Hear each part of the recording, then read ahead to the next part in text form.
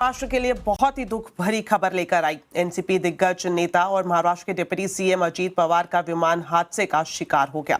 वो सुबह मुंबई में एक निजी विमान में सवार होकर बारामती के लिए निकले थे, लेकिन लैंडिंग के वक्त ये विमान क्रैश हो गया और अजीत पवार समेत विमान में बैठे सभी 5 लोगों की हादसे में मौत हो गई। अब तक ये साफ नहीं हो पाया है कि विमान ने क्रैश लैंडिंग की या कोई तकनीकी खराबी के चलते ये हादसा हुआ है। हादसे के बाद जो वीडियो सामने आया है उसमें दिख रहा है कि प्लेन पूरी तरह से जलकर खाक हो गया। डीजीसीए ने विमान हादसे की जांच शुरू कर दी है। इस हादसे के बाद पूरे महाराष्ट्र में शोक की लहर है। प्रधानमंत्री नरेंद्र मोदी और गृह मंत्री अमित शाह समेत कई बड़े नेताओं ने इस हादसे पर दुख जताया है। अजीत पवार के निधन की खबर से हर कोई गमगीन हो गया। उनके कई करीबियों की इस दौरान आंखें छलक पड़ी। देश के दिग्गज नेताओं ने नम आंखों से अजीत पवार को श्रद्धांजलि दी।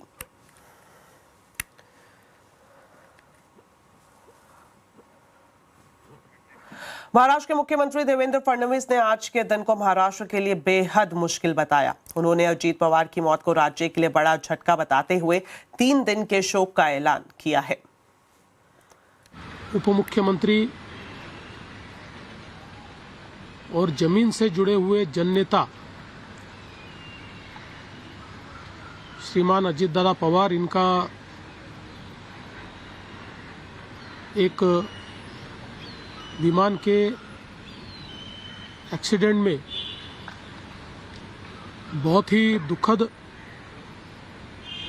निधन हुआ है। इसकी वार्ता आने के बाद समूचे महाराष्ट्र में बहुत ही दुख का वातावरण तैयार हुआ है। हम सभी के लिए इस प्रकार के जननेता को खोना एक अपरिमित इस प्रकार की हानि है। व्यक्तिगत मेरे लिए वो एक बहुत ही दमदार और दिलदार इस प्रकार के मित्र थे।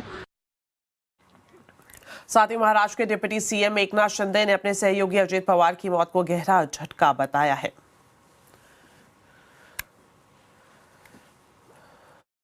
ये हमारे लिए बहुत ही बेहद दुखद है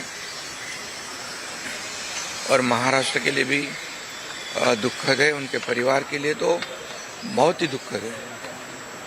और अजीत दादा एक स्पष्ट वक्ता के रूप में जाने जाते थे, एक रोक टोक बोलने वाले।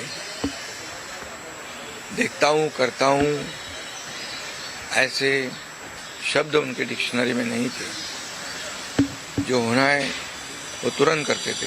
अजीत पवार के विमान हादसे पर पश्चिम बंगाल की मुख्यमंत्री ममता बनर्जी ने सवाल उठाए हैं। ममता बनर्जी ने सुप्रीम कोर्ट की निगरानी में जांच की मांग की है।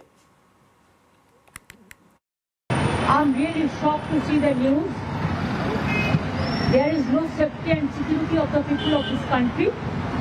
Even the political leaders, I do not know what is the fate of the opposition political parties, but we work very much with the ruling party. But before 2 days ago, I came to know that from social network that somebody from other party, they gave a statement that Ajit Pawar is willing to leave the BJP. And now what happened today, I need proper investigation under the supervision of Supreme Court. Only we have the trust on Supreme Court, no other agency. All the agencies are being totally purchased. And really it's a great loss for the country.